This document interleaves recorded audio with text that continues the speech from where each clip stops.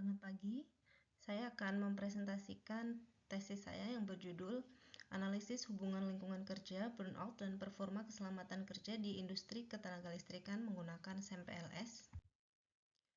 Yang pertama adalah research background. Yang mendasari dari penelitian ini, yang pertama jumlah kasus kecelakaan kerja di Indonesia dari 5 tahun terakhir yang terus mengalami peningkatan. Selanjutnya, survei kesehatan mental pekerja yang dilakukan oleh ILO tahun 2023 di Indonesia bahwa 63,22% mengalami gangguan kesehatan mental. Tambahan lagi, laporan dari BLS dan OSHA bahwa kecelakaan listrik terjadi secara konsisten setiap tahun.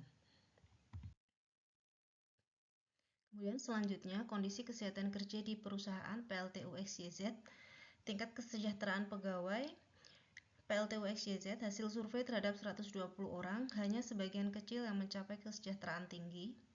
Kemudian dari kategorisasi survei kesejahteraan pegawai, menunjukkan bahwa dari ketiga dimensi hanya mencapai nilai sedang dari nilai maksimumnya yaitu 5, serta tambahan lagi data kecelakaan kerja dari 2021 sampai 2025, bahwa kecelakaan kerja berupa unsafe action dan near miss konsisten terjadi setiap tahun dan mengalami peningkatan di tahun 2023 dan 2024.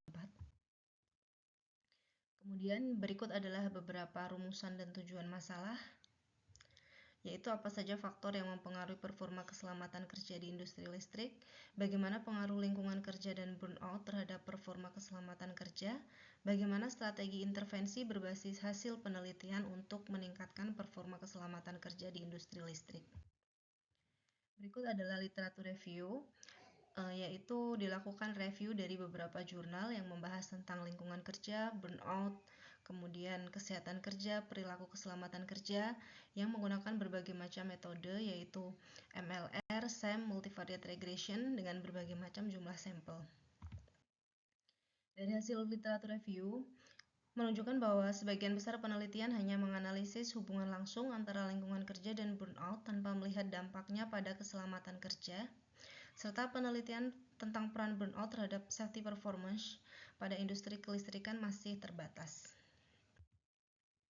Kemudian berikut adalah flowchart diagram dari metodologi penelitian ini.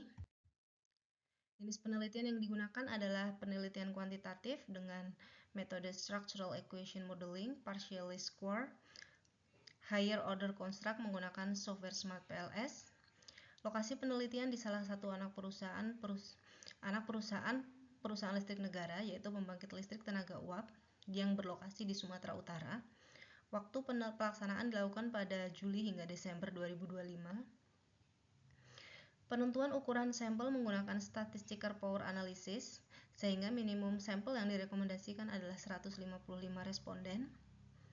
Kemudian divalidasi dengan rumus Lovin dengan populasi 429 pegawai, tingkat kesalahan 5%, sehingga diperoleh jumlah minimum adalah 207 responden. Kemudian setelah dilakukan penyebaran kuesioner, didapatkan sejumlah 214 responden di mana melebihi batas minimum yang dianjurkan.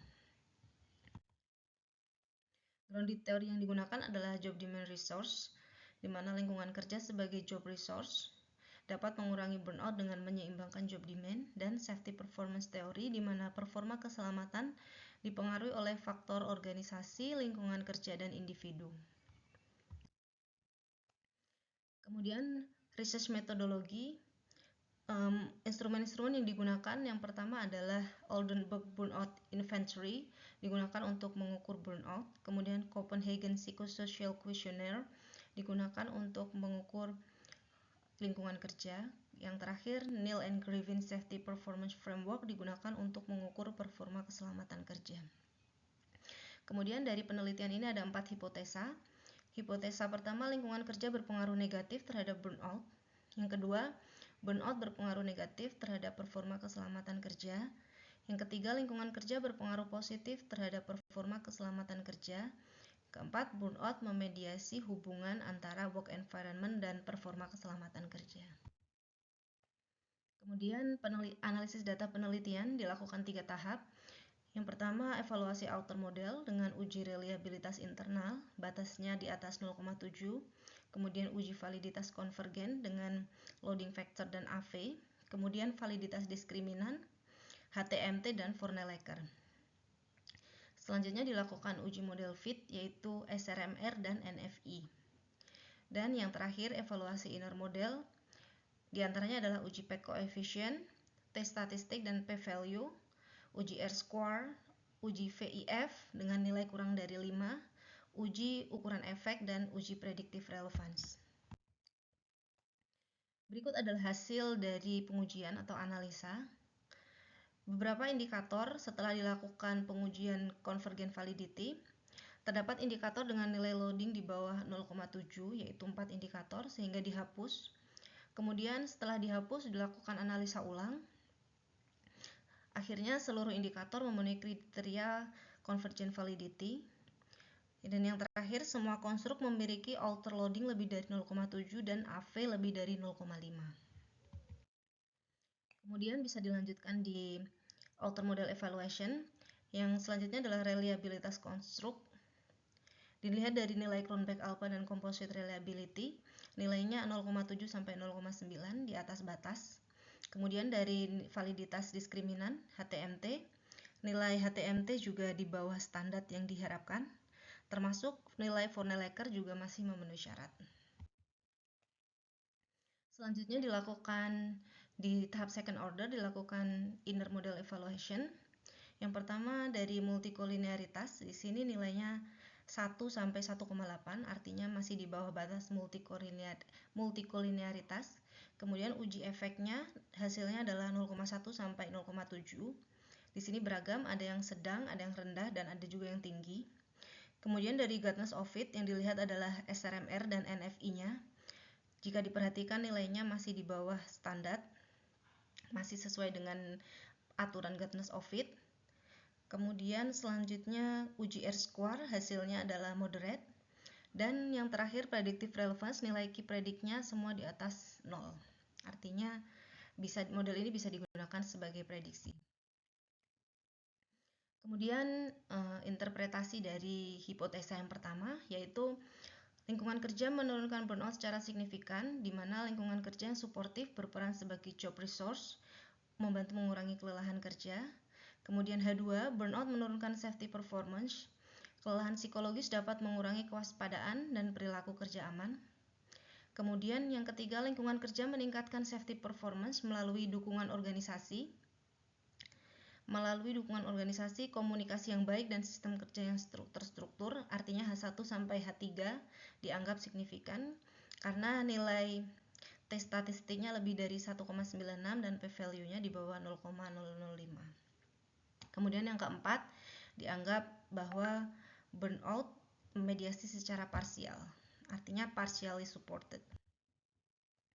Kemudian selanjutnya adalah managerial implication, dibagi menjadi jangka pendek, jangka menengah, dan jangka panjang. Jangka pendek dilakukan survei dan evaluasi lingkungan kerja secara periodik. Kemudian penguatan sistem pelaporan NIRMIS, optimalisasi weekly meeting dan safety briefing dengan 2 arah. Optimalisasi pengaturan jadwal lembur. Untuk jangka menengah dilakukan penyediaan fasilitas istirahat yang layak, optimalisasi penempatan tenaga kerja, pengembangan pelatihan safety leadership bagi manajemen, program pendampingan psikososial dan penyusunan JSA yang terintegrasi. Kemudian di 5 tahun, integrasi program kesehatan mental ke SMK 3 dan pengembangan program penyesuaian beban kerja dengan kapasitas pekerja. Selanjutnya integrasi potensi resiko psikososial dalam penyusunan HIRAP. Kemudian kita juga melakukan risk assessment terhadap program kerja yang sudah ditetapkan. Ada 5 resiko. Yang pertama, resistensi pekerja terhadap burnout. Strateginya adalah kita melakukan sosialisasi intensif. Kemudian kurangnya komitmen manajemen karena terus-menerus fokus pada target produksi dan keandalan unit. Solusinya adalah integrasi program KPI dan evaluasi kinerja. Kemudian beban tambahan karena mekanisme monitoring. Caranya adalah dilakukan integrasi monitoring dengan sistem yang sudah ada, jadi tinggal ditambahkan. Kemudian yang keempat, program tidak berkelanjutan. Bisa dilakukan penetapan evaluasi berkala dan audit internal. Kemudian bisa juga ketidaksesuaian implementasi antar unit karena perbedaan karakteristik. Caranya dalam penyesuaian desain program sesuai dengan karakteristik unit kerja. Kesimpulan dari penelitian ini, yang pertama, work environment dan burnout merupakan faktor yang mempengaruhi safety performance pada pekerja industri dan kelistrikan sesuai dengan hasil analisis. Kemudian, work environment terbukti menurunkan burnout dan meningkatkan safety performance, sedangkan burnout menurunkan safety performance. Dan burnout juga berperan sebagai mediator secara parsial. Yang terakhir, peningkatan safety performance dapat dilakukan melalui perbaikan lingkungan kerja, pengendalian burnout, dan integrasi faktor-faktor psikososial dalam sistem keselamatan kerja. Baik, demikian presentasi dari saya. Terima kasih. Assalamualaikum warahmatullahi wabarakatuh.